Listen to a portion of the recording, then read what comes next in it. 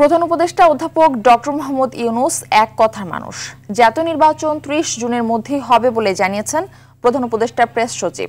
রাজনৈতিক দলগুলোর সাথে বৈঠক শেষে প্রধান উপদেষ্টার বক্তব্য তুলে ধরতে রাতে রাষ্ট্রীয় অতিথি ভবন যমুনার সামনে ব্রিফিংয়ে তিনি এসব কথা বলেন।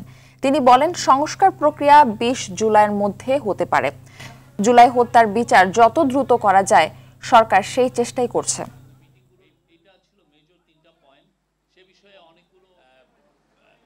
আমাদের বিচার প্রক্রিয়ার বিষয়ে প্রধান উপদেষ্টা বলেছেন, এই বার্তাটা মূলত এসছে পলিটিক্যাল পার্টিগুলোর থেকে। তারা প্রফেসর ইউনূসের লিডারশিপের উপরে অকুণ্ঠ সমর্থন জানিয়েছেন। তারা বলেছেন তার লিডারশিপে সবার আস্থা আছে, পুরো জাতির আস্থা আছে। প্রফেসর ইউনূস বিএনপির ওই মিটিংয়েই বলেছেন যে ইলেকশন উনি ডিসেম্বর থেকে জুনের মধ্যে করবেন। উনি বলেছেন যে উনি জুন ৩০ কাট অফ টাইম, এর ওই পারে যাবে না। উনি এক কথার মানুষ। উনি যেটা বলেন সেই কথাটা উনি রাখেন।